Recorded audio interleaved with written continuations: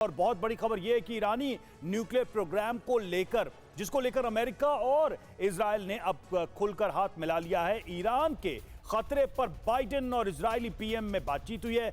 जैसा कि हम बता भी रहे थे आपको, दोनों देश ईरानी न्यूक्लियर प्रोग्राम को मिलकर रोकेंगे। इजराइल सरकार ने दोनों की बातचीत की जानकारी दी है। व्हाइट हाउस ने भी ईरान पर चर्चा की पुष्टि की है, यानी कि ईरान को लेकर दोनों देशों के बीच बातचीत हुई है और यह कंफर्म भी किया गया है।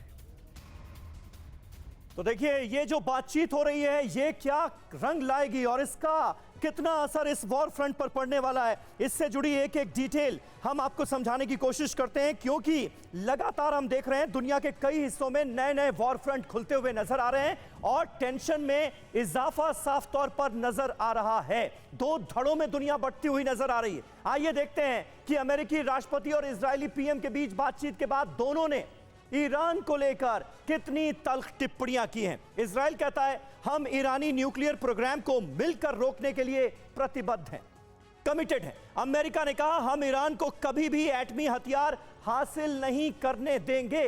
तो ईरान के खिलाफ किस तरह की रणनीति बन रही है अमेरिका और इजराइल की, ये आपके सामने है। दोनों नेताओं के बीच फोन पर इस मुद्दे पर लंबी बातचीत हुई है। न्यूक्लियर मसले पर ईरान गलत तरीके से बार्गेनिंग कर रहा है, ये अमेरिका का रुख है, जो बाइडेन का रुख है। दोनों नेताओं के बीच फोन पर इस मुद्दे पर लंबी बातचीत हुई।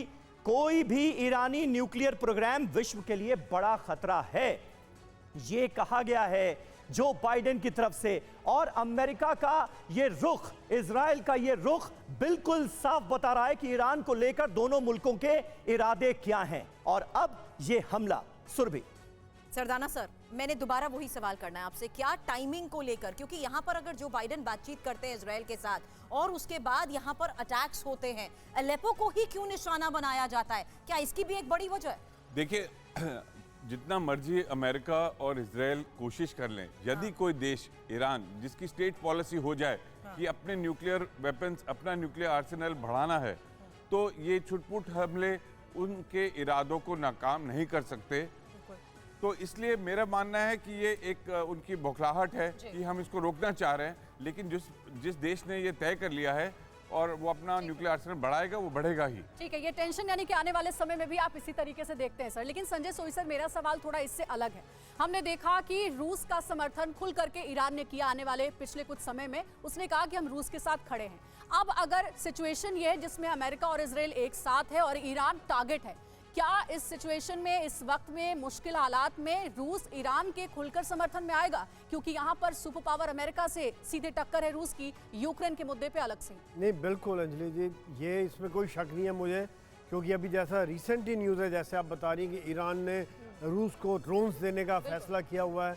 और ये दोनों में, जैसे एसपी सिंह सर बता रहे थे कि ग्रुप बन रहे हैं अभी, रशिया, चाइना, ईरान, ये टर्की और नॉर्थ कोरिया, ये सब ग्रुप निकल के आ रहे हैं, जो कि एक जो काउंटर अमेरिका हैं। और अमेरिका कोशिश कर रहा है इसलिए अलग अलग देशों को अपने साथ जोड़ने की, जैसे I2U2, क्वाड, ये सब अलग अलग ग्रुप्स आज निकल के आ रहे हैं दुनिया में, जो कि दोनों तरफ से वर्चस्व। आपने अमेरिका का जिक्र किया, एक छोटा सा रिएक्शन में अगली खबर की तरफ जाना हमें।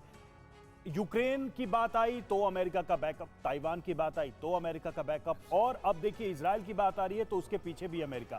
दूसरी तरफ बाइडेन पर तुलसी गेबार्ड कहती हैं कि जो हथियार बनाने वाले घराने हैं उनसे बड़ा कनेक्शन है। क्या कोई डॉट आप जोड़ पा रहे हैं सर? Yes sir. हाँ, नहीं, बिल्कुल ऐसा है कि इन सब चीज़ों में अगर फ़ायदा हो रहा है वो हथियार बनाने वाली कंपनियों को हो रहा है। और अगर देखा जाए तो अमेरिका का भी, मैं कहूँगा, अगर अमेरिका का पॉइंट देखा जाए तो अमेरिका का नेशनल इंटरेस्ट भी, उसमें उनको फ़ायदा हो रहा है। जो भी देश थोड़ा सर उठाने की कोशिश कर रहा है उसको किसी और देश से भिड़ा देते हैं। रशिया को यूक्रेन से बिगाड़ा दिया, चाइना को कोशिश हो रही ताइवान से भिड़ा दो, वहाँ पे इजराइल और ईरान को भिड़ाया हुआ है। तो अमेरिका साइड में बैठ के अपने हथियार बेचता रहता है। तो ये बात बिल्कुल बड़ा मैसेज अमेरिका सर हर बार देता है, क्योंकि राष्ट्रपति बाइडेन भी ईरान को कभी भी परमाणु हथियार हासिल करने की अनुमति नहीं देंगे और यही सबसे बड़ी चिंता का विषय भी है।